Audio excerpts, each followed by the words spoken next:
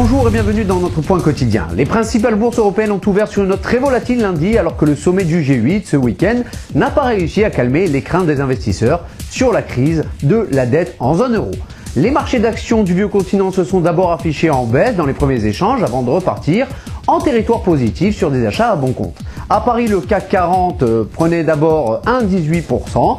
L'indice DAX à Francfort avançait de 0,35%, tandis qu'à Londres, le FTSE progressait de 0,44%. L'indice pan-européen Eurostoxx 50 gagnait 0,26%. La semaine dernière, l'indice pan-européen FTSE Eurofirst 300 décrochait de 5%, touchant le plus bas depuis 5 mois. L'indice Eurostoxx 50, quant à lui, a décroché de près de 18% depuis la mi-mars.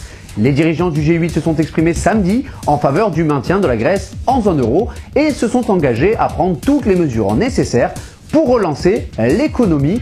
Mais l'Allemagne n'a toutefois pas donné signe d'assouplissement sur la position d'austérité. Les investisseurs restent inquiets d'une sortie de la Grèce de la zone euro qui pourrait frapper de plein fouet le système bancaire européen.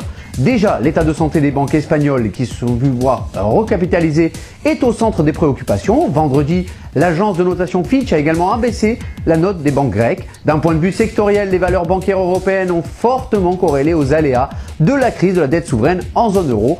Reprenez quelques couleurs. Leur indice pan-européen Stoxx 600 a décroché de plus de 23% depuis la mi-mars. Merci à tous, bon trade et à bientôt.